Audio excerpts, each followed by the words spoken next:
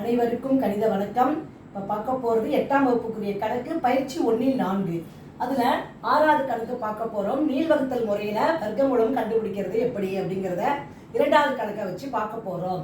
6889 வர்க்கமூலத்தை நீள்வகுத்தல் முறையில் கண்டுபிடிக்க போகிறோம்.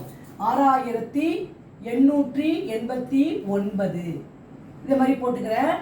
ஃபஸ்ட்டு நம்ம என்ன செய்கிறோம், ரெண்டு நம்பராக கோடு போட்டுக்கிட்டு வரோம். போட்டாச்சு.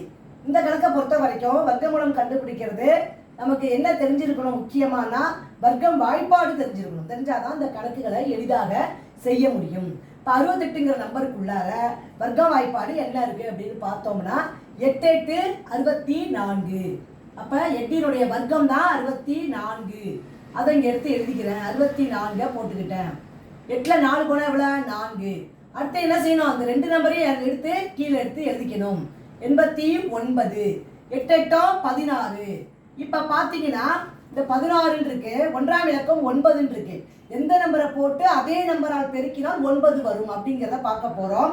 இப்போ 3 3 9, 7 7 49. 3ஐயும் போடலாம், 7ஐயும் போடலாம். இப்போ நான் 3ங்கிற நம்பரை போட்டு பெருக்கி பார்க்க போகிறேன். 3 9, 6 3 18, மீதி 1, 1 3 3 3 1 4. அப்போ 3 இந்த இடத்துல பொருந்துது. அப்போ இங்கே 3 போட்டுக்கிறேன், இந்த இடத்துலையும் 3 போட்டுக்கிறேன். பெருக்கினால் வரக்கூடிய விடை 489. கழிச்சோம்னா என்ன வந்துடும், 0. அப்போ ஆன்சர் என்ன கிடைச்சிருக்கு, 83.